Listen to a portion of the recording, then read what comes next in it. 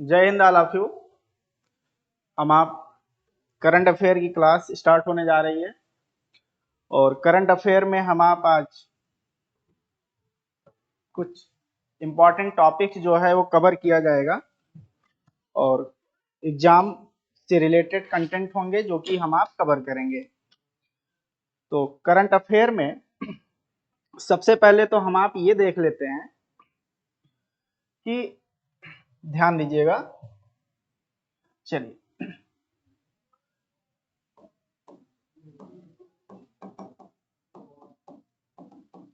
Current affair. तो सबसे पहले हम आप ये बात करते हैं कि आज का करंट अफेयर क्या है, क्योंकि हम आप जो पर डे पढ़ेंगे उसमें हम आपको बताएंगे जैसे आज की कोई घटना, जैसे टुडे। ठीक है, इसमें हम आप ये देखेंगे कि आज आज की डेट क्या है, मार्च 21, 21 मार्च। और 21 मार्च को चूंकि हम आपको पर डे एक क्वेश्चन जो हमारे पेपर एग्जाम में आता है, आप देखेंगे कि वो क्वेश्चन आता है डे को लेकर के, इंटरनेशनल डे हो या आपका क्या कहते हैं नेशनल डे हो, इससे रिलेटेड क्वेश्चन आता है। तो 21 मार्च को सेलिब्रेट किया जाता है इंटरनेशनल, 1 मार्च को सेलिब्रेट करते हैं इंटरनेशनल डे ऑफ फॉरेस्ट, जिसे हम आप कहते हैं अंतरराष्ट्रीय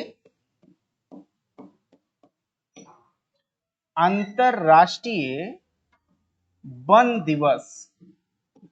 अंतरराष्ट्रीय वन दिवस मनाया जाता है कब? तो ये मनाया जाता है 21 मार्च को।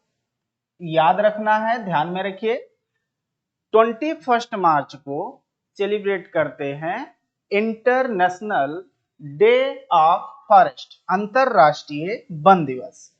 अब इंपॉर्टेंट, एक तो ये डे हमारे लिए इंपॉर्टेंट होता है। सेकंड पॉइंट हम आपको ये बताते हैं कि इसकी जो थीम है, इंपॉर्टेंट लाइन पेपर के लिए हमारे ये है कि हम आप थीम देखेंगे।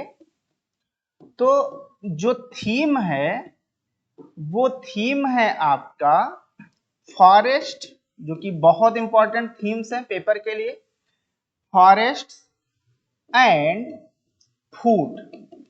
ये इस साल 2025 जो इंटरनेशनल डे 2025 को जो हम आप इंटरनेशनल डे ऑफ फॉरेस्ट, अंतरराष्ट्रीय वन दिवस जो मनाया गया है या मनाया जा रहा है, उसका जो थीम है वो है फॉरेस्ट एंड फूड, जिसे हिंदी में कहा जाएगा वन तथा खाद्य। यहां पर फूड मीन्स, फूड का मतलब एज अ खाद्य होगा। तो ये है 21 मार्च को क्या मनाया जाता है, 21 मार्च को मनाया जाता है इंटरनेशनल डे ऑफ फॉरेस्ट, अंतरराष्ट्रीय वन दिवस जिसे कहा जाता है। अंतरराष्ट्रीय वन दिवस 2025 की जो थीम है, थीम या इसे ही हम आप थीम को ही हिंदी में लिखा मिलता है आपको विषय। तो इस साल, इस वर्ष 2025 का जो अंतरराष्ट्रीय वन दिवस का जो थीम है वो है फॉरेस्ट एंड फूड, वन तथा खाद्य। इंपॉर्टेंट, मोस्ट इंपॉर्टेंट क्वेश्चन है ये आपका, वेरी इंपॉर्टेंट क्वेश्चन ये आपके लिए बनता है। अब थोड़ा सा हम इसका आपको हिस्टोरिकल बैकग्राउंड बताते हैं। जो अंतरराष्ट्रीय वन दिवस है, ध्यान दीजिएगा, अंतरराष्ट्रीय वन दिवस, अंतरराष्ट्रीय वन दिवस की जो घोषणा है, मतलब कि इसको जो आप कह सकते हैं एज अ कंसीडर किया गया, कंसीडर्ड बाई UN UNGA। अब ये क्या है? इसे कहा गया United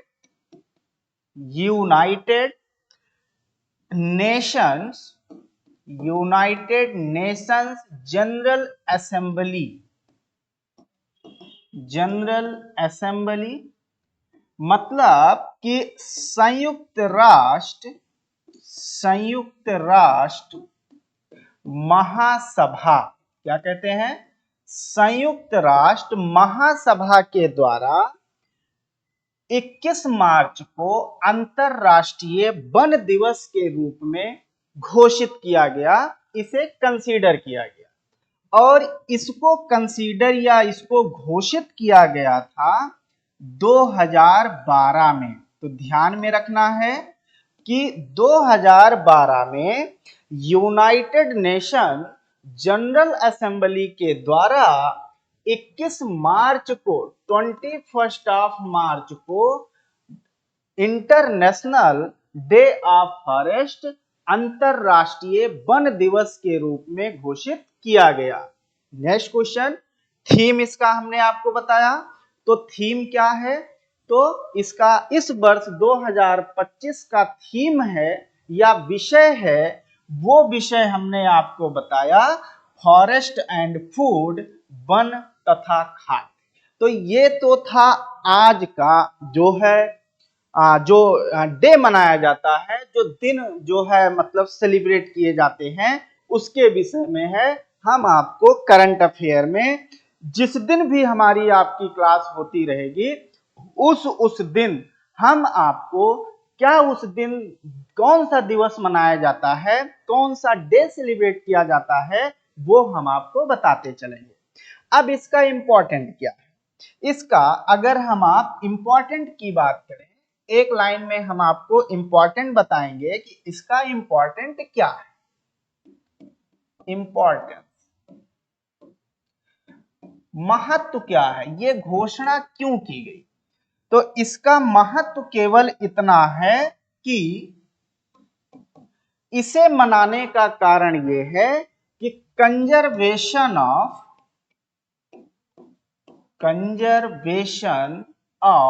forest and wild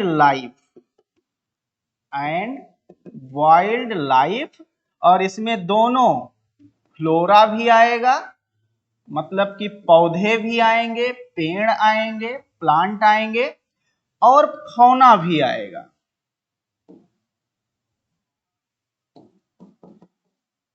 fauna मतलब कि जो एनिमल हैं, दैट इज जो जानवर हैं, जंतु हैं, वो भी इसी में आएंगे। तो इस दिन को मनाने का एक कारण है कि कैसे वनों को, हिंदी में जब लिखेंगे तो वन तथा वन्य जीव संरक्षण, कैसे वनों को काटने से, कैसे वनों के क्षेत्र को कम होने से बचाया जाए, और वनों में रहने वाले जीवों को कैसे बचाया जाए, इसीलिए इस दिन की घोषणा की गई थी।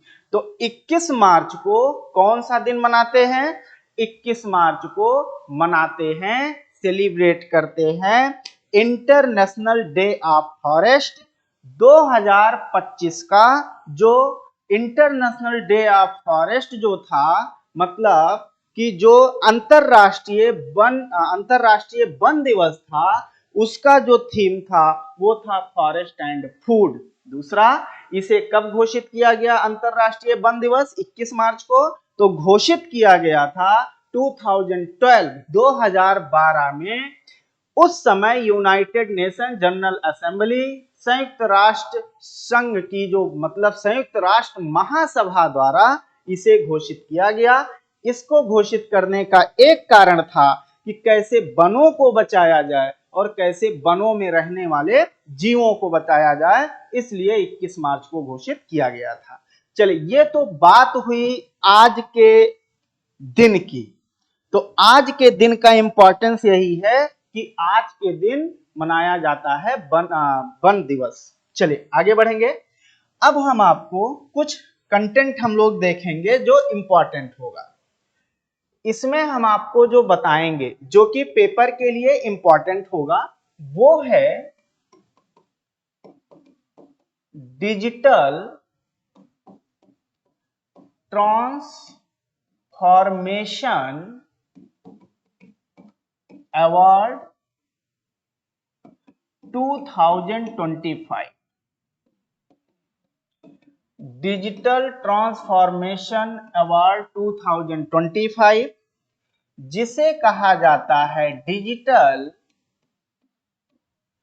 परिवर्तन, डिजिटल परिवर्तन पुरस्कार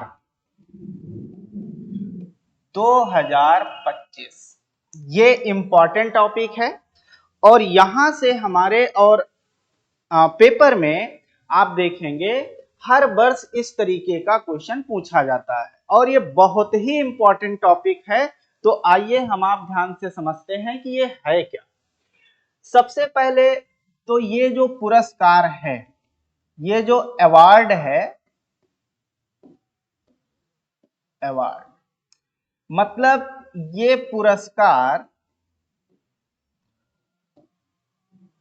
दिया जाता है, अवार्डेड बाई मतलब कि कौन इसे देता है। तो ये है सेंट्रल बैंकिंग लंदन। एक बात तो ये है कि ये पुरस्कार सेंट्रल बैंकिंग लंदन द्वारा ये पुरस्कार दिया जाता है। एक बात मतलब कि पुरस्कार दाता, तो पुरस्कार दाता कौन होगा? सेंट्रल बैंकिंग लंदन में है। ये एक ऐसी संस्था है जो ऐसे लोगों को पुरस्कार देती है जो अपने काम में, अपने सिस्टम में डिजिटलाइजेशन को बढ़ावा देते हैं। मतलब कि ज्यादा से ज्यादा वो डिजिटल मीडियम का यूज करते हैं। इसके लिए इस संस्था द्वारा एक संस्था को प्रतिवर्ष यह पुरस्कार दिया जाता है। अब है क्या इंपॉर्टेंट पॉइंट्स ये है, ध्यान दीजिएगा कि इसके लिए एलिजिबिलिटी क्या चाहिए।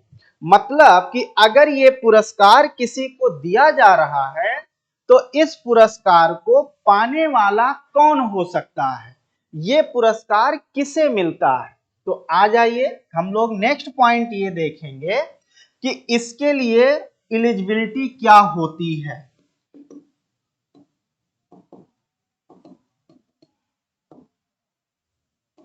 एलिजिबिलिटी की बात की जाएगी और इसमें मतलब कि हम आप बात करेंगे योग्यता की।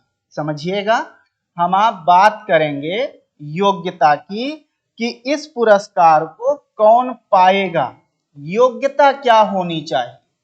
तो समझिएगा, सबसे पहले इंपॉर्टेंट फैक्ट, ये पुरस्कार या तो किसी भी देश का सेंट्रल बैंक हो।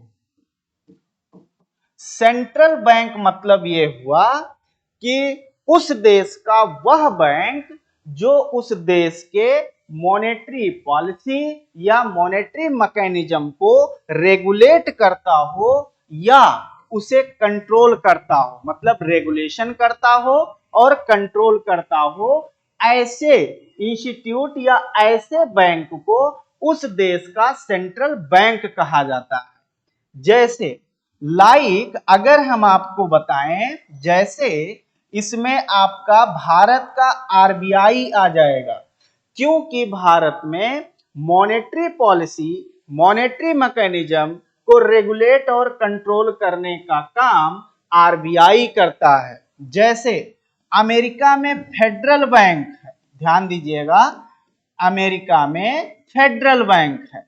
जैसे आपका लंदन में या यूके का अपना सेंट्रल बैंक है। हर एक देश का अपना एक सेंट्रल बैंक होता है जो वह उस देश के मॉनेटरी मैकेनिज्म को रेगुलेट करता है या उसे कंट्रोल करता है। मतलब दोनों में दोनों करता है। ऐसे बैंक को कहा जाता है सेंट्रल बैंक। भारत में लाइक आरबीआई वो इसी कैटेगरी में आएगा। फेडरल बैंक यूके में आपका यूएस में है, ये उसी कैटेगरी में आएगा। तो ऐसे लोगों को ये परिवर्तन पुरस्कार दिया जाता है, एक बात। दूसरा, इसके एलिजिबिलिटी या इसके लिए जो भागीदार बनेगा वो दूसरा जो इंस्टीट्यूट होगा वो होगा आपका मॉनेटरी, मतलब कि जो आपके, या आप ऐसे समझिए कि इसमें मॉनेटरी जो इंस्टीट्यूशन होंगे, ध्यान दीजिएगा, जो मॉनेटरी इंस्टीट्यूशन है इनके द्वारा भी इनको भी जो है ये पुरस्कार मिलता है। मतलब जो मौद्रिक, इसे अगर हिंदी में कहा जाए तो मौद्रिक संस्था, मौद्रिक संस्था अगर कोई है जो मौद्रिक काम करती है, मुद्रा से रिलेटेड काम करती है, ऐसी संस्था को भी इसे दिया जाता है। तो ध्यान में रखिए, एक तो हमने सेंट्रल बैंक बताया, ऐसे इसको मिल सकता है उसके काम के कारण। दूसरा हमने मॉनेटरी इंस्टीट्यूशन की बात की, इनको भी जो है ये पुरस्कार आपका मिल सकता है। नेक्स्ट अगर देखा जाए तो थर्ड इसकी एलिजिबिलिटी उनके लिए भी हो सकती है जिसे हम आप कहते हैं फाइनेंशियल, ध्यान दीजिएगा, जिन्हें हम आप कहते हैं फाइनेंशियल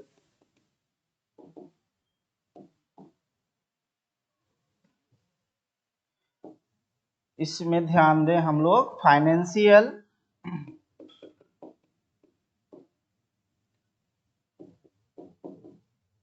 रेगुलेटर, जितने भी फाइनेंशियल रेगुलेटर हैं उनको भी ये पुरस्कार मिल सकता है। अब फाइनेंशियल रेगुलेटर को अगर हिंदी में हम आप लिखेंगे तो इसे कहा जाएगा वित्तीय नियामक। हिंदी में लिखें तो इसे कहते हैं वित्तीय नियामक। ये क्या है? जैसे अपने यहां फाइनेंशियल रेगुलेटर लाइक आप जैसे देख लीजिए सेबी है, एग्जाम्पल अगर हम आपको बताएं तो जो हमारे यहां सेबी है, मतलब stock exchange board of India, ये जो सेबी है ये भारत में एक रेगुलेशन को करने वाली एक संस्था है। मतलब कि ये आपकी एक रेगुलेशन, मतलब सेबी जो है स्टॉक मार्केट को रेगुलेट करती है, उसको देखरेख करती है, तो सेबी इसी में आएगी। जैसे हमारे यहां आपका जो है नाबार्ड हो गया, आप कह सकते हैं नाबार्ड भी इसी में शामिल हो सकता है, वो इसी का पार्ट होगा। जैसे हमारे यहां LIC हो गया, ध्यान दीजिएगा, LIC को भी इसमें शामिल किया जा सकता है, क्योंकि LIC जो है वो भी हमारे यहाँ एक रेगुलेटरिंग बॉडी है, रेगुलेशन का काम करती है, और LIC का भी संबंध फाइनेंशियल से है, वित्त से है, मतलब लेन देन पैसे से है। एलिजिबिलिटी में ये हो गया। तो किसको मिल सकता है? बेसिक हमने आपको बताया, अगर आपका सेंट्रल बैंक है, दूसरा हमने कहा मॉनेटरी इंस्टीट्यूशन है, मतलब कि मौद्रिक संस्थाएं हैं। अब जैसे इसमें हम आपको जो है बता सकते हैं, मौद्रिक संस्थाओं में हमारे यहाँ आरबीआई जैसी संस्था मौद्रिक संस्था कही जा सकती है। दूसरा, थर्ड में हमने आपको बताया फाइनेंशियल रेगुलेटर। फाइनेंशियल रेगुलेटर जो होंगे वो भी इसकी एलिजिबिलिटी, इसकी जो है क्या रखेंगे, योग्यता रखेंगे, मतलब ये पुरस्कार वो पा सकते हैं। चलिए, ये इसके पॉइंट्स हो गए। अब ध्यान दीजिएगा, इस को देने का कारण क्या है? ये पुरस्कार अगर कोई वॉन करता है, कोई जीतता है, मतलब कि इस पुरस्कार को रीजन क्या है, इसका कारण क्या है? तो इसके जो रीजन है, कारण है, अगर हम लोग देखें तो इसके कारण ये है कि वो संस्था कितना तेजी से वो डिजिटलाइजेशन कर रही है। डिजिटलाइजेशन मतलब कि वो संस्था डिजिटलीकरण को बढ़ावा देती हो, मतलब कि प्रमोट डिजिटलाइजेशन, ध्यान दीजिए ये हो जाएगा प्रमोट डिजिटलाइजेशन। ये आपका है कि वो संस्था क्या करती हो, डिजिटलाइजेशन को बढ़ावा देती हो।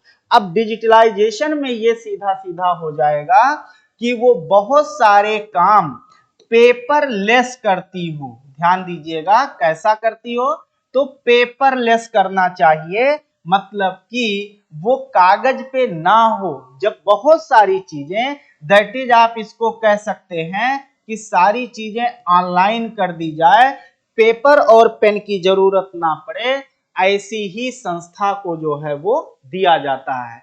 तो ये पुरस्कार ऐसी संस्थाओं को दिया जाता है जो संस्थाएं अपने यहाँ डिजिटलाइजेशन को प्रमोट करती हैं। मतलब वर्किंग बिहेवियर उनका कैसा होता है, तो डिजिटलाइज होता है, मतलब वो डिजिटल मोड में काम करते हैं, वो पेपरलेस काम करने की बात करते हैं।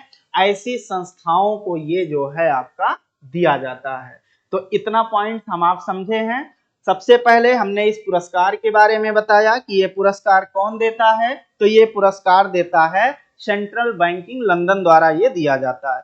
ये कौन कौन लोग पा सकते हैं, तो ये अगर कोई भी सेंट्रल बैंक है, किसी भी देश का कोई सेंट्रल बैंक है, लाइक हमारे यहाँ जैसे आरबीआई है, उसको मिल सकता है।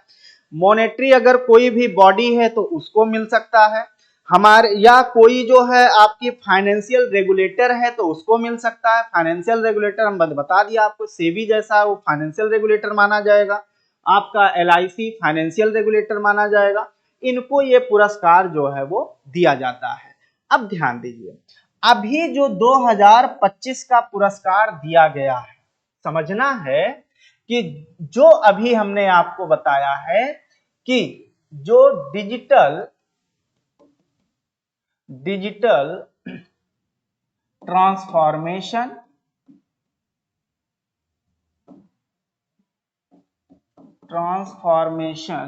अवार्ड 2025, अब समझिएगा ये जो पुरस्कार है, ये पुरस्कार अभी जल्दी में ही, चूंकि ये पुरस्कार जो कि एडिशन, ध्यान दीजिएगा अगर हम आप इसके एडिशन की बात करें, संस्करण की बात करें, तो ये संस्करण है 12, मतलब 12वां पुरस्कार अभी जो है ये दिया गया है, 12वां संस्करण है, तो ये आपका 12 जो है अभी ये दिया गया है।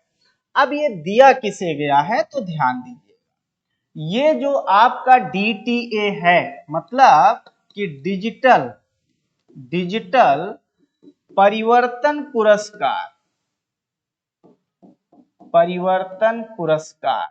2025 वन बाई, मतलब 2025 इसे दिया गया है भारत के, इंपॉर्टेंट है, भारत के केंद्रीय बैंक मींस सेंट्रल बैंक। यहां पे केंद्रीय बैंक मींस क्या होगा, तो केंद्रीय बैंक मींस हुआ सेंट्रल बैंक। केंद्रीय बैंक आरबीआई को दिया गया है। ध्यान दीजिए, ये पुरस्कार किसे दिया गया है, तो भारत के सेंट्रल बैंक, मतलब कि केंद्रीय बैंक आरबीआई को दिया गया है। ये हमें आपको ध्यान में रखना है। तो ये पुरस्कार कौन पाया है, तो आरबीआई ने पाया है। तो अब आपके पेपर में जब हम आप देखेंगे क्वेश्चन बनेगा कि डिजिटल परिवर्तन पुरस्कार 2025 किसे दिया गया है, तो डिजिटल परिवर्तन पुरस्कार digital transformation award 2025 one central bank RBI. ध्यान दीजिएगा ये किसे दिया गया है, तो आरबीआई को दिया गया है। ये हमारे लिए इंपॉर्टेंट पॉइंट है।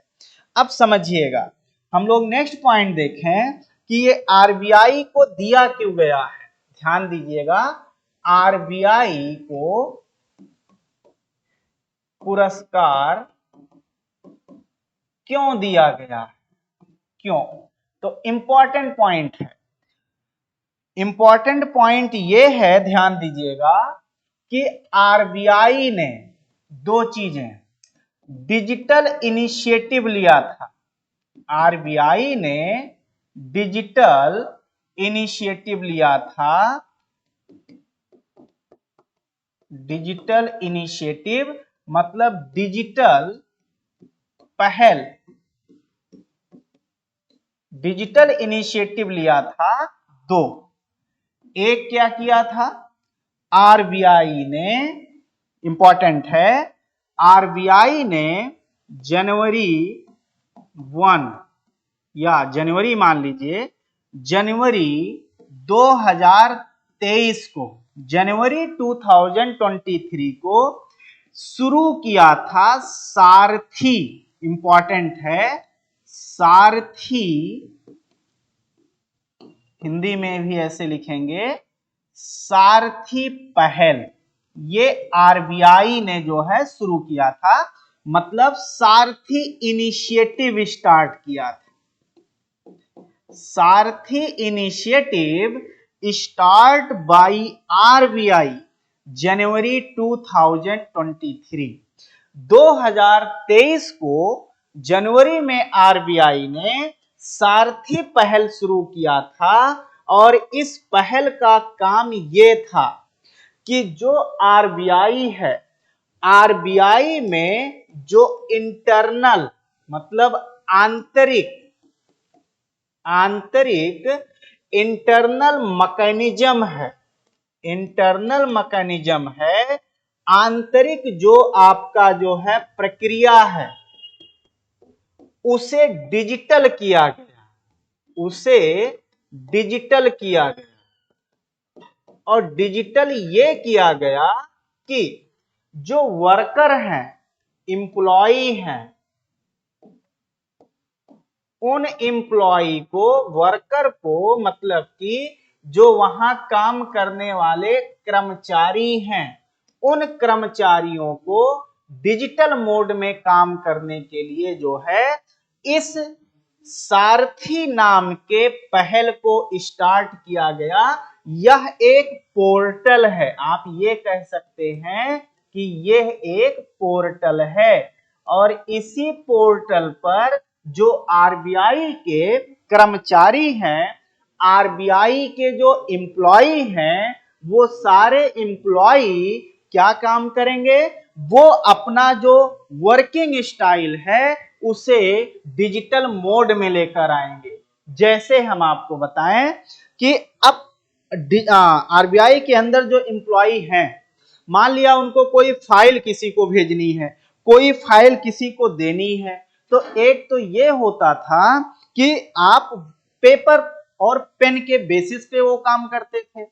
इसमें क्या होगा कि सारी फंक्शनिंग की जो प्रक्रिया है, मतलब जो फंक्शन से रिलेटेड जितने डॉक्यूमेंट्स हैं, वो सारे डॉक्यूमेंट्स इसी सारथी पोर्टल पर जो है रखे होंगे, रहेंगे, और आरबीआई के जिस एम्प्लॉई को जैसा भी इनिशिएटिव लेना होगा वो इसी पोर्टल पे जा करके ले लेगा। तो ध्यान दीजिए, जो सारथी पोर्टल है इसे जनवरी 2023 में लॉन्च किया गया, जिसका काम यह है कि आरबीआई की जो आंतरिक प्रक्रिया है, आरबीआई के अंदर की जो फंक्शनिंग है, उसे डिजिटल बनाया जाए।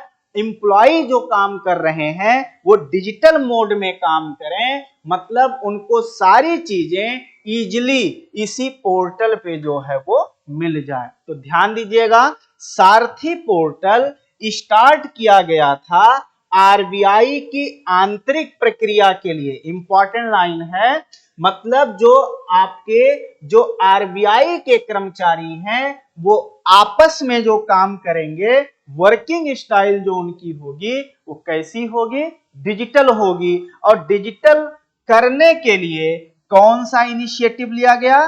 तो सारथी नाम का एक पोर्टल लॉन्च किया आरबीआई ने और उसी पर सारी चीजें उपलब्ध है। तो ध्यान दीजिए, एक पॉइंट तो ये कि जो आरबीआई को ये पुरस्कार दिया गया है वो दिया गया है इस सारथी पोर्टल के कारण एक बार, क्योंकि जो सेंट्रल बैंकिंग लंदन है उसने अध्ययन किया, देखा कि जो भारत का सेंट्रल बैंक आरबीआई है वो अपने कर्मचारियों को डिजिटलाइज करने के लिए सारथी नाम का पोर्टल लॉन्च किया है, जिससे आरबीआई के बहुत सारे या आरबीआई के आंतरिक जो इंटरनल मैकेनिज्म है, एम्प्लॉय जो काम कर रहे हैं वो सब अब कैसे कर रहे हैं? डिजिटल मोड में। और ये एक बहुत ही उनको एक बहुत ही आप कह सकते हैं इन्वेंटिव एक जो है इनिशिएटिव लगा, मतलब एक बड़ा जो है ऐसा पहल लगा कि जैसे बहुत बड़ा नवाचार है। इसी को लेकर के डिजिटल अवार्ड देने के लिए सेंट्रल बैंकिंग तैयार हुआ। तो एक कारण अब पेपर में जब आएगा, अब दूसरा मैं बताऊं, एक तो सारथी पहल हो गया। सारथी पहल किसने लॉन्च किया? आरबीआई ने लॉन्च किया। कब लॉन्च किया? जनवरी 2023 में लॉन्च किया। इसका फंक्शन क्या है? इसका फंक्शन ये है कि आरबीआई का जो इंटरनल मैकेनिज्म है, जो आंतरिक प्रक्रिया है, उसे डिजिटल मोड में करना, उसे डिजिटलाइज करना। मतलब जो वहां पे काम करने वाले एम्प्लॉय या कर्मचारी हैं वो सारे काम डिजिटलाइज ही करेंगे। तो एक ये हुआ। दूसरा इनिशिएटिव आरबीआई ने ये लिया था, समझिएगा, दूसरा इनिशिएटिव जो आरबीआई ने लिया था वो इनिशिएटिव जो था उसका नाम था प्रवाह। ध्यान दीजिएगा, उसका नाम था प्रवाह। ये इनिशिएटिव है प्रवाह, ये दूसरा इनिशिएटिव है। ध्यान दीजिएगा, एक इनिशिएटिव ये लिया गया, एक पहल ये स्टार्ट की गई। अब ये पहल क्या है समझिएगा, तो ये पहल ये है कि ये भी एक पोर्टल है। ध्यान दीजिएगा, ये भी आपका एक क्या है? तो ये भी एक पोर्टल है। अब इसमें क्या है? तो इसे लॉन्च किया गया था मई 2024 को। ध्यान दीजिएगा, इसे लाइव किया गया। लाइव मतलब आप कह सकते हैं कि इसे लॉन्च किया गया, इसे लॉन्च किया गया था मई 2024 को। मई 2024 को आरबीआई द्वारा, इसको भी लॉन्च किसने किया? आरबीआई द्वारा इसको भी लॉन्च किया गया बाई आरबीआई। आरबीआई ने इसको लॉन्च किया। अब इसका फंक्शनिंग क्या है? ध्यान दीजिएगा, हमें फंक्शनिंग पढ़ लेना है कि इसका फंक्शन क्या होगा। किसका? फंक्शंस की बात अगर होगी तो होगी प्रवाह का। प्रवाह इनिशिएटिव जो है इसका क्या फंक्शन है? तो इसका फंक्शन ये है, ध्यान दीजिएगा, कि ये जो एक्सटर्नल, ध्यान दीजिएगा, जो एक्सटर्नल मैकेनिज्म है, मतलब आप ये कह सकते हैं कि इसके द्वारा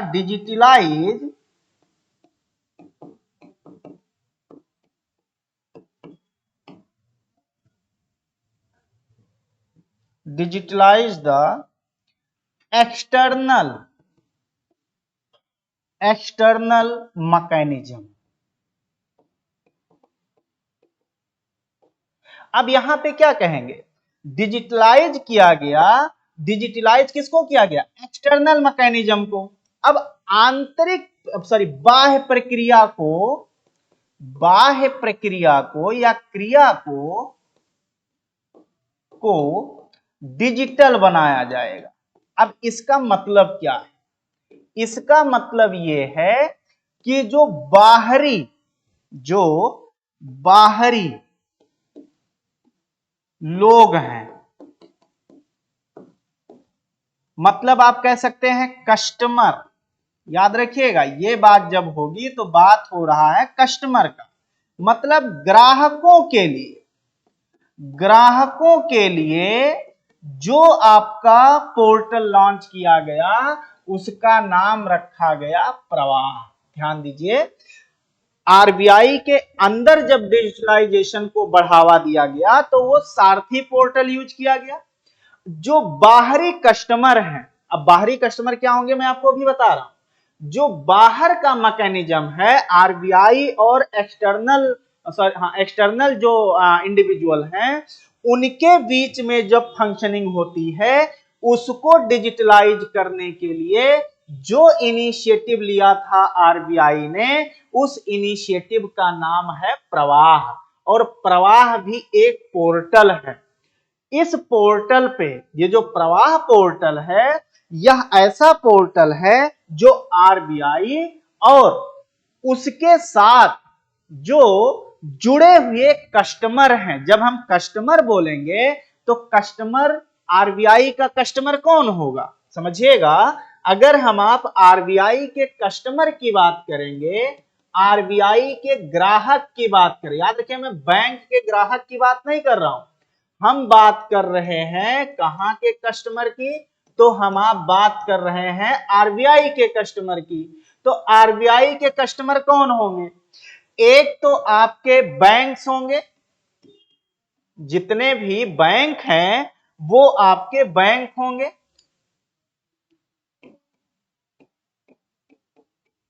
जो बैंक्स हैं ये सारे बैंक आरबीआई के कस्टमर हैं। दूसरा, अगर कोई भी फाइनेंशियल अगर इंस्टीट्यूशन है, याद रखिए, अगर कोई फाइनेंशियल इंस्टीट्यूशन है, दैट इज वित्तीय संस्था है, तो ये वित्तीय संस्था भी जो आरबीआई जिन्हें रेगुलेट करती है उनको भी ग्राहक माना जाएगा। अब आरबीआई और बैंकों के बीच जो क्रिया होगी, मैकेनिज्म होगा, ध्यान दीजिएगा, जो मैकेनिज्म या क्रिया विधि होगी, उस क्रिया विधि को करने के लिए ही प्रवाह पोर्टल को लॉन्च किया गया। ध्यान दीजिए, इनके मतलब कस्टमर के रूप में आरबीआई और बैंकों के बीच जो भी मैकेनिज्म होगा, जो भी क्रिया विधि होगी, उस क्रिया विधि को करने के लिए जो आपका लॉन्च किया गया पोर्टल, उसी पोर्टल को कहा गया क्या? पोर्टल को कहा गया प्रवाह। इसके बाद फाइनेंशियल इंस्टीट्यूशन है। अगर कोई ऐसे फाइनेंशियल इंस्टीट्यूशन है जो डायरेक्ट बैंक तो नहीं है लेकिन आरबीआई उनको रेगुलेट करता है, उनके बीच भी जो मैकेनिज्म होगा आरबीआई के बीच और इस फाइनेंशियल इंस्टीट्यूशन के बीच, इनके बीच भी जो डिजिटलाइजेशन का जो है वो मैकेनिज्म होगा, मतलब जो मैकेनिज्म होगा उसे डिजिटल मोड में किया जाएगा। और उसके लिए जो भी पोर्टल लॉन्च किया गया वो है आपका प्रवाह। तो ध्यान दीजिए, अभी हमने आपसे कहा कि आरबीआई को डिजिटल ट्रांसफॉर्मेशन अवार्ड 2025 दिया गया है। एक बात, इसे दिया कौन है? इसे सेंट्रल बैंकिंग लंदन द्वारा दिया गया है, जो एक ऐसी संस्था है जो ये नजर रखती है कि विश्व के जो मॉनिटर और फाइनेंशियल इंस्टीट्यूशन हैं, वो फाइनेंशियल इंस्टीट्यूशन अपने यहाँ कितना तेजी से या कैसे अपने यहाँ डिजिटलाइजेशन को बढ़ा रहे हैं, एक इनोवेशन के रूप में ऐसी संस्थाओं को दिया जाता है। अभी 2025 का जो आपका हुआ है डिजिटल ट्रांसफॉर्मेशन अवार्ड जो दिया गया है, वो किसे दिया गया? तो भारत के केंद्रीय बैंक आरबीआई को दिया गया है। आरबीआई को यह अवार्ड या ये पुरस्कार देने का केवल एक कारण ये है कि आरबीआई ने अपने यहाँ इंटरनल और एक्सटर्नल दोनों ही क्षेत्रों में यहाँ पे डिजिटलाइजेशन को बढ़ावा दिया गया है। और ये पुरस्कार इसको आरबीआई को दिया गया उसके दो इनिशिएटिव के कारण। एक है आपका क्या, अभी हमने बताया, तो याद रखना है, एक तो सारथी पोर्टल या सारथी पहल के कारण दिया गया, और दूसरा जो प्रवाह पहल या प्रवाह पोर्टल है उसके कारण दिया गया। तो पेपर में अगर हमसे क्वेश्चन पूछा जाए कि आखिर ये क्यों दिया गया? तो ये आरबीआई को इसी दो कारण से जो है वो दिया गया है। आई बात समझ में? अब ये आपका अवार्ड था जिसे क्या कहा गया? जिसे कहा गया डिजिटल ट्रांसफॉर्मेशन अवार्ड। किसे दिया गया? आरबीआई को दिया गया। किसने दिया? सेंट्रल बैंकिंग लंदन ने दिया है। ठीक, ये किस एडिशन का था? तो 12th एडिशन का था। 12वां जो है ये पुरस्कार था जो आरबीआई को मिला। आरबीआई को क्यों मिला? क्योंकि आरबीआई ने अपने मैकेनिज्म में कहीं ना कहीं किसको प्रमोट किया? डिजिटलाइजेशन को प्रमोट किया। और जिसका जीता जागता उदाहरण और एग्जाम्पल है सारथी और प्रवाह। दो ये पोर्टल ऐसे हैं जो आरबीआई अपने यहां डिजिटलाइजेशन को बढ़ावा दे रहा है। चलिए, अब बात हुई है आरबीआई की, क्योंकि हम थोड़ा सा आपको जो है फैक्ट की चीजें या थोड़ा सा स्टैटिक पार्ट भी बताएंगे। नाम आया है आरबीआई का। आरबीआई का जब नाम आया है मतलब कि हम आप बात करेंगे रिजर्व बैंक ऑफ इंडिया की। आरबीआई जिसे कहा जाता है। सबसे पहले तो ये हम आप ध्यान में रखेंगे कि ये भारत का सेंट्रल बैंक, भारत का केंद्रीय बैंक। ठीक, एक बार मतलब ये भारत का कौन सा बैंक है? तो ये भारत का सेंट्रल बैंक। एक पॉइंट तो ये हुआ। नेक्स्ट पॉइंट ध्यान से समझिएगा कि आरबीआई जो है ये दो काम करता है। सीधा ये मॉनेटरी, ध्यान दीजिएगा ये इंपॉर्टेंट है। ये आरबीआई जो है ये भारत में मॉनेटरी पॉलिसी और मॉनेटरी मैकेनिज्म दोनों यहां पर हम बता रहे हैं। मतलब कि मौद्रिक नीति और प्रक्रिया इसे रेगुलेट करता है। कौन? आरबीआई। ये जो है आरबीआई इन्हें क्या करता है? रेगुलेट करता है। मतलब इनका क्या करता है? नियामन करता है। नियामन, रेगुलेट मीन्स क्या हो जाएगा? रेगुलेट मीन्स हो जाएगा नियामन करता है। एक बात।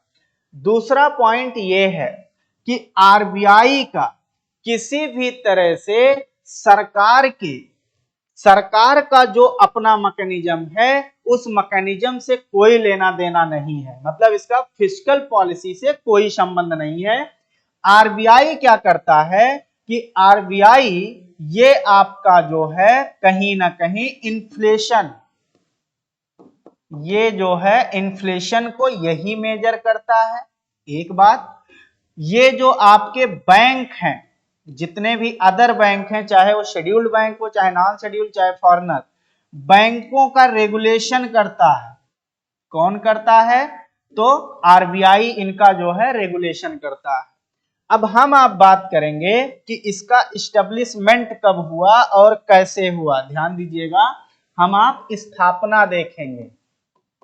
स्थापना, तो आरबीआई की जो स्थापना है समझिएगा, आरबीआई को आरबीआई एक्ट 1934 के तहत स्थापित किया गया। इंपॉर्टेंट लाइन है, इसको जो है वो स्थापित किया गया।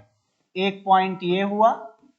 नेक्स्ट पॉइंट आप ध्यान दीजिएगा कि आरबीआई को चूंकि क्रेडिट कंट्रोल के रूप में, ये जो है आपका क्रेडिट कंट्रोल के रूप में इसको स्थापित करने का प्रावधान किया गया था गवर्नमेंट इंडिया एक्ट 1935 में। मतलब कि भारत शासन अधिनियम 1935। अब ध्यान दीजिएगा, आरबीआई को स्थापित किया गया किसके तहत? तो भारत शासन अधिनियम 1935 के तहत आरबीआई को स्थापित किया गया था। यह हमारे लिए इंपॉर्टेंट फैक्ट होता है। आरबीआई की जो स्थापना थी, इसको आरबीआई को स्थापित किया गया, इसकी स्थापना की गई थी अप्रैल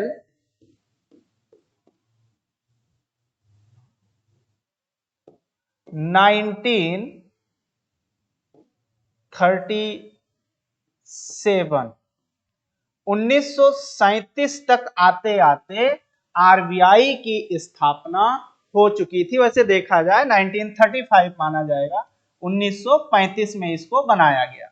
अब ध्यान दीजिए, आरबीआई को नेशनलाइज किया गया, इसका राष्ट्रीयकरण किया गया। नेशनलाइजेशन, राष्ट्रीयकरण मतलब हुआ कि इसे राष्ट्र की संपत्ति, मतलब इसको सरकार के अंडर लाया गया। और वह समय था 1 जनवरी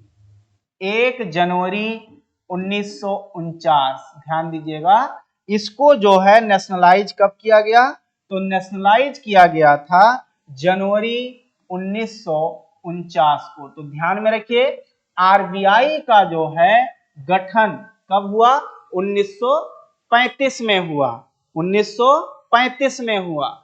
आरबीआई को राष्ट्रीयकृत या नेशनलाइज कब किया गया? 1 जनवरी 1949 को। जनवरी 1 1949 को इसे क्या बना दिया गया? इसे बना, राष्ट्रीयकरण इसका कर दिया गया।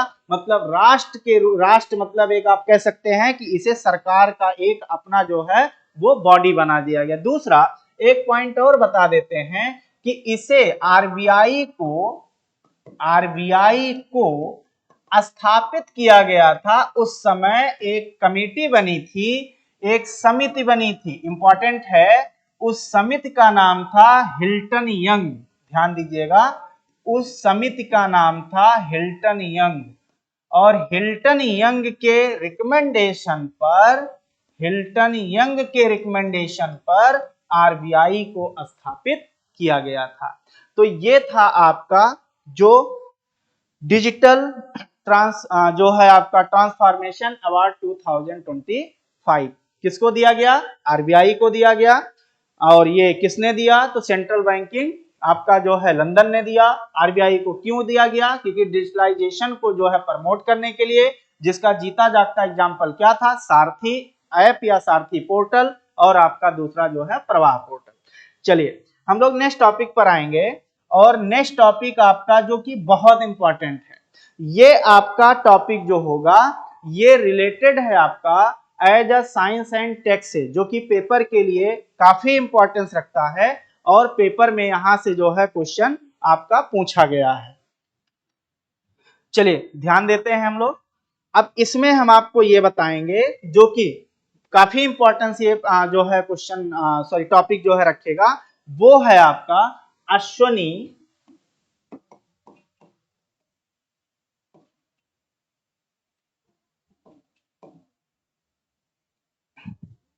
जो कि हम लोग जो है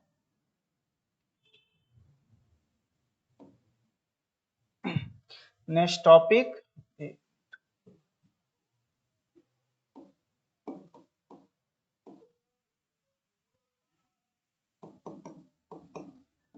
अश्वनी रडार सिस्टम, हम आप इसकी बात करेंगे। मतलब आप सीधा सीधा आप ये कह सकते हैं कि हम आप पढ़ने जा रहे हैं अश्वनी रडार सिस्टम। चूंकि ये काफी इंपॉर्टेंट रखता है अश्वनी की, आ जाइए हम लोग बात करते हैं ये है क्या। तो ये जो है एक आपका रडार है। सबसे पहले कि ये क्या है, तो ये आपका रडार है, समझिएगा।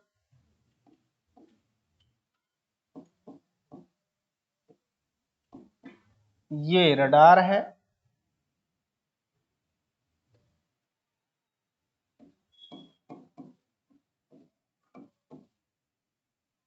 ठीक, नेक्स्ट पॉइंट ये है कि ये जो रडार है ये आपका LLTR बेस्ड है। ये क्या है? LLTR बेस्ड रडार है। अब ये क्या होता है समझिएगा। LLT का मतलब हम आपको पहले बता दें, इसका मतलब ये है कि low level transportable transportable radar, ये ठीक। अब ये रडार ऐसा है, एक तो ये हो गया। अब ये रडार होता क्या है? Low level transportable radar.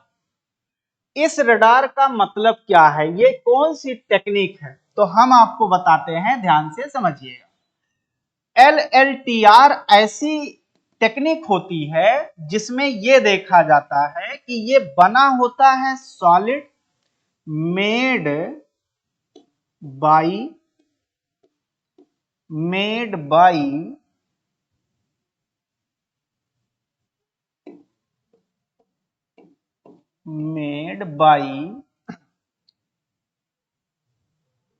Solid state technology. ध्यान दीजिएगा, ये इंपॉर्टेंट लाइन है। ऐसे जो है सिस्टम्स, ऐसी मशीन्स, ऐसी टेक्निकल जो है आपका जो है मशीन, जो कैसे बने हो? सॉलिड स्टेट टेक्नोलॉजी से बने हो। अब इंपॉर्टेंट लाइन ये है, सॉलिड स्टेट टेक्नोलॉजी क्या होता है? ये सॉलिड स्टेट टेक्नोलॉजी वो होता है जिसमें हम आप यूज करते हैं। जैसे अगर हम लोग देखें तो ये ऐसा होता है जिसमें सेमी कंडक्टर यूज किया जाता है। ठीक है, क्या यूज किया जाता है? Semi conductor. मतलब एक ऐसी टेक्निकली जो है मतलब मेड ऑफ, जिसमें क्या उपयोग किया जाता है? सेमी कंडक्टर का उपयोग किया जाता हो, ऐसे को बोला जाता है सॉलिड स्टेट टेक्नोलॉजी, जिसे कहते हैं ठोस अवस्था प्रौद्योगिकी।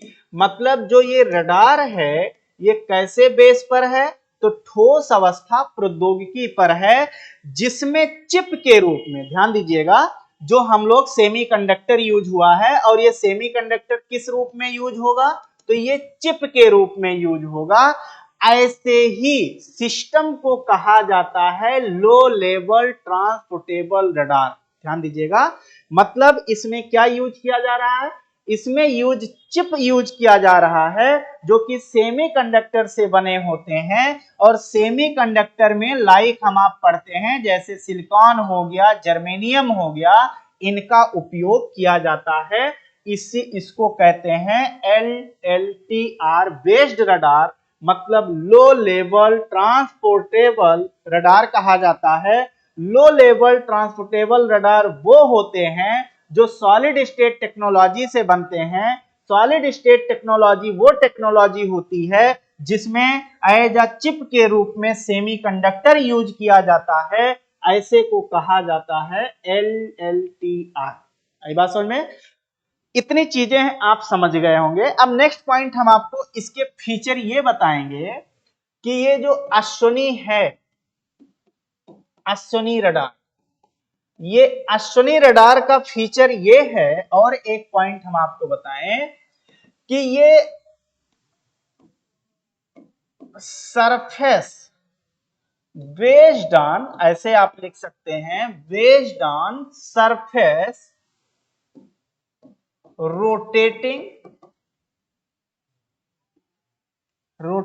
Rotating system. मतलब कि ये क्या कर सकता है? ये ऐसा है जो सरफेस से, सतह से ही घूमकर ये क्या करता है? कार्य कर सकता है, कार्य कर सकता है। एक बात तो ये हो गई। इतने पॉइंट्स में हमने आपको फीचर बताया है कि अश्विनी रडार होता क्या है।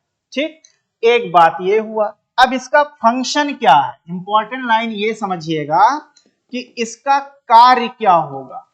फंक्शन, कार्य। तो इसका कार्य ये है, इंपॉर्टेंट लाइन ये है। फंक्शन से पहले एक पॉइंट और हम आपको बताते हैं कि इंपॉर्टेंट पॉइंट्स ये है कि ये भारत का, ये इंडिजीनियस इंडिजीनियस सिस्टम है। ठीक, मतलब कि ये स्वदेशी है, ये इंडिजीनियस टेक्नोलॉजी या रडार है, ध्यान दीजिएगा, ये एक स्वदेशी रडार है।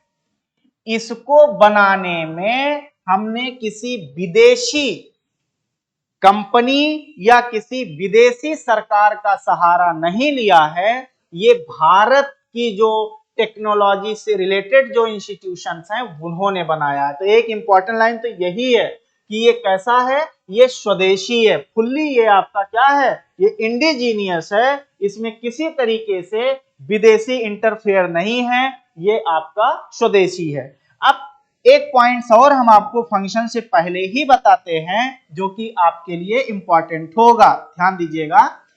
इसको तैयार किसने किया है, ध्यान दीजिएगा कि इसको जो बनाया है, इंपॉर्टेंट लाइन हमारे और आपके लिए यही है कि ये आपका एक ज्वाइंट वेंचर है।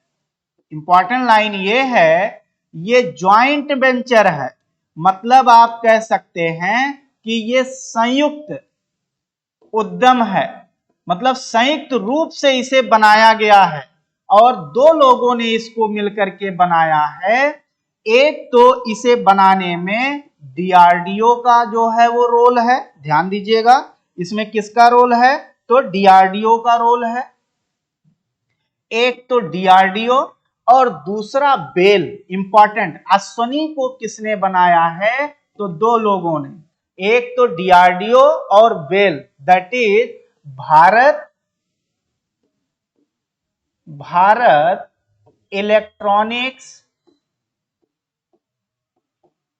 इलेक्ट्रॉनिक्स लिमिटेड, इन्होंने बनाया है। तो अगर पेपर में क्वेश्चन आता है कि अश्वनी जो रडार है उसको किसने बनाया है, पहले फर्स्ट पॉइंट तो हमने ये बताया ये स्वदेशी है, इसे भारत में बनाया गया है और भारत में भी ये दो लोगों ने मिलकर के आपका जो है बनाया है। एक तो आपका कौन, डीआरडीओ, जिसे हम आपका, डीआरडीओ का मतलब क्या हुआ, डिफेंस, ध्यान दीजिएगा, डिफेंस रिसर्च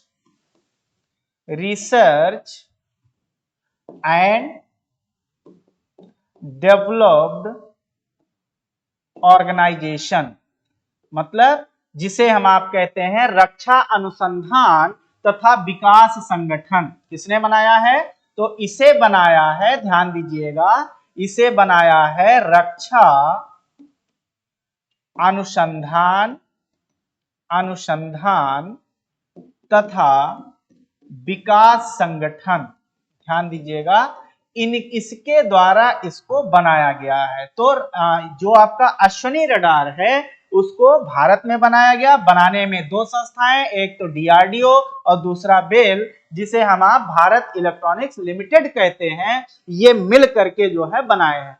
चूंकि हम आप जानते हैं कि जो डीआरडीओ होता है ये भारत की ऐसी एक जो है संस्था है जो टेक्नोलॉजी को लेकर आती है, टेक्नोलॉजी को डेवलप करती है और उसको इंफ्रा या उसको बिहेवियर रूप जो देना होता है वो किसी दूसरे इंस्टीट्यूशन के साथ वो क्या करते हैं, ज्वाइंटली या उसको एक वेंचर के रूप में करते हैं। तो डीआरडीओ और बेल ने मिलकर के अश्वनी को बनाया है। इंपॉर्टेंट लाइन आपके लिए ये था। अब ध्यान दीजिएगा, अश्वनी में अब इसका हम आप फंक्शन देखेंगे कि आखिर अश्वनी का फंक्शन क्या है। ये अगर बनाया गया है तो इसका कार्य क्या है, तो समझिएगा, फंक्शन मतलब कि कार्य।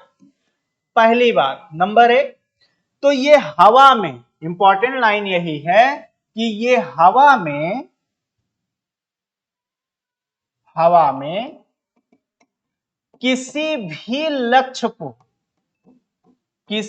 लक्ष्य को भेद सकता है। ये रडार ये किसी भी लक्ष्य को बता सकता है कि वो, मतलब आप कह सकते हैं कि ये आपका अगर कोई भी एरियल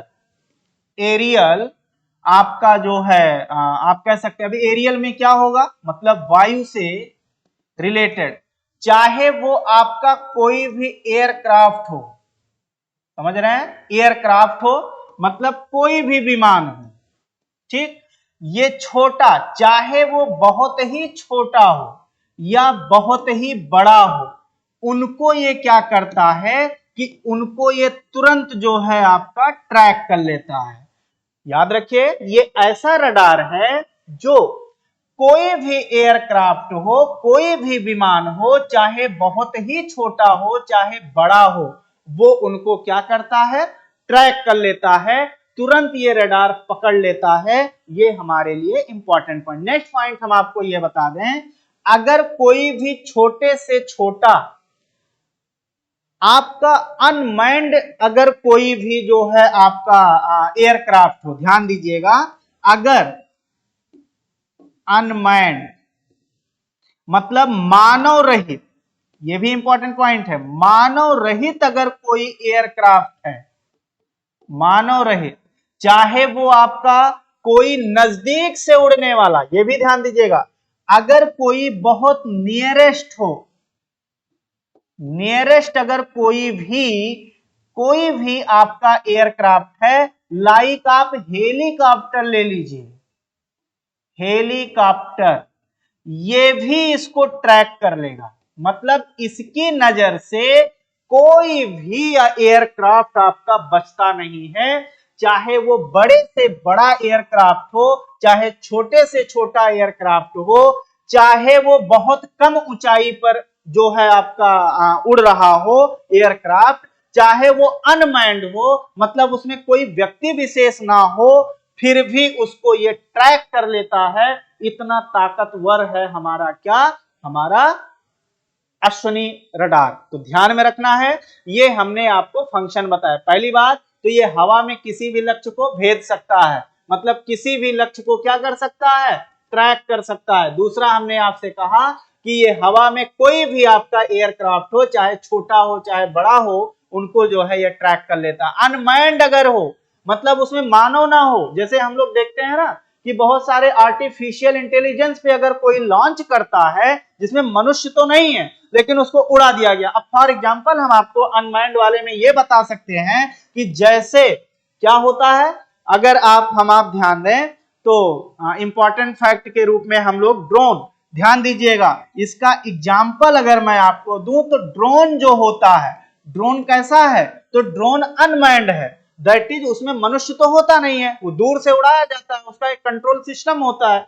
तो ड्रोन को भी हम तेजी से तुरंत हमारा अश्वनी रडार इसको क्या कर सकता है, कैप्चर कर सकता है। इतना इसमें जो है, इतना एडवांस टेक्नोलॉजी को यूज किया गया है, ये है अश्वनी जो है आपका रडार। इतनी बात आप समझे होंगे। तो ये हमने आपको फीचर बताया है कि अश्वनी रडार क्या है। अश्वनी रडार है जो कि भारत में बना है, ये फुल्ली भारत में ही बना है। इसके जितने भी आपके इंस्ट्रूमेंट हैं या जो इसके जितने पार्ट्स हैं, जितने टूल्स हैं, ये सारे भारत में बनाए गए हैं, मतलब ये इंडिजीनियस है। सेकंड पॉइंट हमने कहा कि अश्वनी रडार को, क्योंकि अश्वनी रडार किस सिस्टम पर है, तो वो आपका किस पर है, तो वो आपका LLTR पर है। मींस क्या हुआ कि लो लेवल ट्रांसफरेबल, आपका ट्रांसपोर्टेबल और जो है आपका वो रडार है। इसमें क्या है कि जो LLTR है इसको हम कहीं ट्रांसपोर्ट कर सकते हैं, ध्यान रखिएगा, इसको हम छोटे से पार्ट में कन्वर्ट करके, मतलब ये छोटे से जो है मतलब स्मॉल, उसमें जो है आप आकार साइज में करके इसको कहीं भी आप ट्रांसपोर्टेबल कर सकते हैं, कहीं भी आप ट्रांसपोर्ट कर सकते हैं। दूसरा हमने आपसे कहा कि इसको बनाने में कितने लोगों का रोल है, दो, एक तो हमारा जो DRDO है और आपका बेल,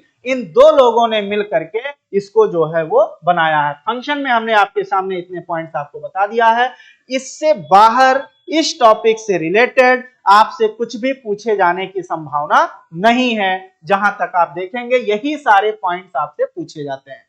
अब एक पॉइंट ये है कि हमने अश्वनी रडार की बात क्यों की है, तो ध्यान दीजिएगा, अब यही पॉइंट हमारे लिए इंपॉर्टेंट हो जाता है कि हमने इसकी बात क्यों की है।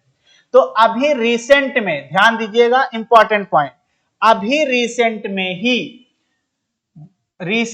ही MOD मतलब मिनिस्ट्री ऑफ डिफेंस, ध्यान दीजिएगा, मिनिस्ट्री ऑफ डिफेंस और बेल गाजियाबाद, ध्यान दीजिएगा, मिलिट्री जो है मिनिस्ट्री ऑफ डिफेंस और बेल गाजियाबाद।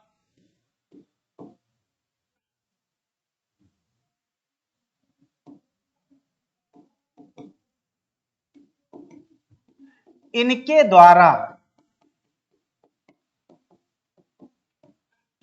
द्वारा मतलब अब ये क्या है, क्योंकि इनके कई जो है बेल है तो उसके कई यूनिट्स होते हैं, तो जो गाजियाबाद की यूनिट्स है मतलब जिसे कहते हैं भारत, ऑलरेडी मैंने बता दिया है, भारत इलेक्ट्रॉनिक्स लिमिटेड। ठीक, इनके में एक कॉन्ट्रैक्ट हुआ है, इंपॉर्टेंट पॉइंट यही है, इन दोनों में एक क्या हुआ है, कॉन्ट्रैक्ट हुआ है। कॉन्ट्रैक्ट ये हुआ है कि ₹2906 करोड़ मतलब 2906 करोड़ रुपए का एक कॉन्ट्रैक्ट हुआ है, जिसमें बेल क्या करेगा, बेल के द्वारा एमओडी को, डिफेंस मिनिस्ट्री को क्या बना करके देगा, तो अश्विनी रडार बना कर देगा। अश्विनी रडार बनाने का कॉन्ट्रैक्ट हुआ है, दैट इज प्रिक्योरमेंट किया जाएगा, किसके द्वारा, प्रिक्योरमेंट किया जाएगा बाय बेल। और किसने ये करार या कॉन्ट्रैक्ट किया है, तो ये आपका किया है डिफेंस मिनिस्ट्री ने। इसलिए ये न्यूज में है और आपके लिए इंपॉर्टेंट है, बहुत इंपॉर्टेंट है।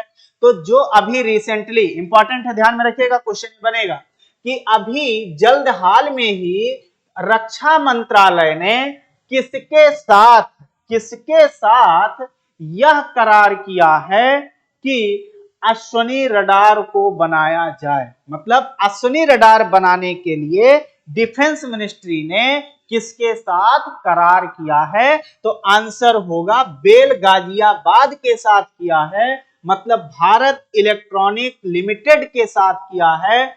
कितने रुपए का किया है, तो ₹2906 करोड़ मतलब 2906 करोड़ रुपए का ये कॉन्ट्रैक्ट हुआ है, जिसमें बेल के द्वारा अश्विनी रडार बनाया जाएगा और बना करके वो डिफेंस मिनिस्ट्री को जो है वो सौंपा जाएगा। तो ये आपके लिए इंपॉर्टेंट था। अश्विनी रडार का हमने बेसिक बता दिया कि अश्विनी रडार क्या है, अश्विनी रडार का कब कैसे बना, उसका मैकेनिज्म क्या है, ये सारी चीजें हमने आपको यहाँ पर बता दी।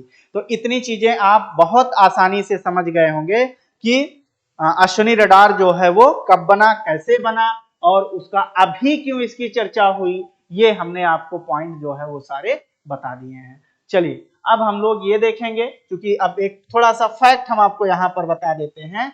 अभी जल्दी में हमने नाम लिया है DRDO, बता भी चुका हूं, क्योंकि फैक्ट ये स्टैटिक है, हम आपको स्टैटिक का पार्ट भी बाद में बताया करूंगा। DRDO जिसे क्या कहा गया, डिफेंस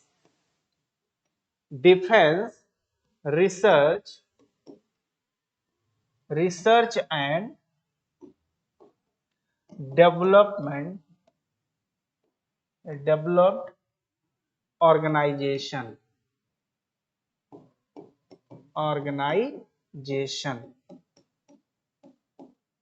ठीक, जिसे क्या कहा गया, जिसे कहा गया रक्षा अनुसंधान एवं विकास संगठन। ये अभी अभी हमने आपको बताया भी है। इसका इस्टेब्लिशमेंट हुआ था 1958 में। ये कब बना था, 1958 में बना था। ये आपका मिनिस्ट्री ऑफ डिफेंस के अंडर आता है, ध्यान में रखना है, ये मिनिस्ट्री ऑफ डिफेंस के अंडर आता है, रक्षा मंत्रालय के अंदर आता है, ये हमें आपको ध्यान में रखना है। एक पॉइंट तो ये हो गया। दूसरा, इसका फंक्शन ये है कि ये डिफेंस टेक्नोलॉजी को, इसका फंक्शन ये है कि ये डिफेंस टेक्नोलॉजी को क्या करता है, ये डिफेंस टेक्नोलॉजी को इन्वेंट करता है। इसका काम जो है वो यही है कि रक्षा प्रौद्योगिकी को जो है क्या करना, रक्षा प्रौद्योगिकी का विकास करना। ठीक, ये इसका जो है फंक्शन होता है। तो डीआरडीओ के बारे में हमने आपको इतने सारे पॉइंट्स जो है वो बता दिए, हमें और आपको ध्यान में रखना है। चलिए तो आज हम लोगों ने तीन चीजें किया। एक तो हमने आपको क्या बताया, एक बताया इंटरनेशनल जो है आपका फॉरेस्ट डे हमने बताया आपको, मतलब कि वन जो है विश्व या अंतरराष्ट्रीय वन दिवस बताया। और उसके बाद हम लोगों ने नेक्स्ट किया जो है बैंकिंग, जो आपका डिजिटल ट्रांसफॉर्मेशन अवार्ड 2025। और तीसरा हमने अश्विनी की बात की, जहां से आपको ढेर सारे क्वेश्चन इस टॉपिक से जो क्वेश्चन बनेंगे वो यहाँ से आपको मिल जाएंगे। चलिए ठीक है, हम लोग अब नेक्स्ट क्लास जो है आगे जो है स्टार्ट करेंगे। फिलहाल यहाँ पर अब हम लोग जो है अपनी क्लास जो है वो वाइंड अप करेंगे। चलिए ठीक है, ओके, थैंक यू, जय हिंद।